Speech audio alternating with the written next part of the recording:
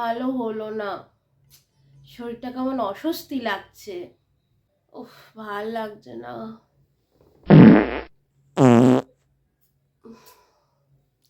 যাই একটু হেগে আসি।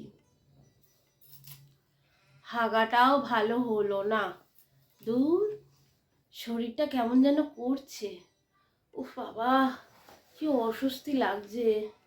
মা, এত রাতে আপনার ঘরে লাইট জ্বলছে দেখে চলে এলাম। আমি তো টয়লেটে গেছিলাম, আপনার ঘরে দেখলাম লাইট জ্বলছে। এত রাতে আপনি জেগে বসে আছেন কেন? শরীরটা ভালো লাগছে না। কেন? বললাম অতটা খাসির মাংস খাবেন না। রাতের বেলা অতটা কেউ খাসির মাংস খায়? বয়স হয়েছে আপনার। এই সব সময় আমার খাবার উপরে নজর।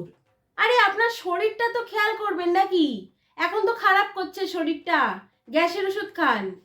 খেয়েছি, খাওয়ার আগেও একটা খেয়েছি, আবার খেয়ে উঠেও একটু আগে খেয়েছি। ওই বাসি খাসির মাংস আর খেতে হবে না। কালকে সকালে আমি ডাস্টবিনে ফেলে দিয়ে আসবো। তুমি আবার মাংসর কথা তুলছো? আরে মাংসে হাত দেবে না। আরে আর খেতে হবে না। দূর, কালকে সকালে লুচি করবে, লুচি দিয়ে 25 পিস মাংস খাবো। আর দুপুরবেলা বাসন্তী পোলাও করবে, পোলাও পোলাও দিয়ে মাংস খাবো। হা হা, এই বুড়ি একদিন মাংস খেয়ে খেয়ে মরবে। কিছু বললে? না না।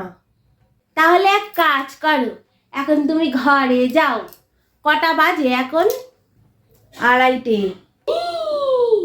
এই টাইমে তো ভূতেরা আসে। এই, তুমি শিগগির ঘরে যাও আর আমার ঘরের লাইটটা নিভিয়ে দাও। আমি এখন ঘুমাবো। ঠিক আছে, দাঁড়াও, আমি আগে শুয়ে ঘুমিয়ে পড়ি, তারপর তুমি লাইটটা নেভাবে।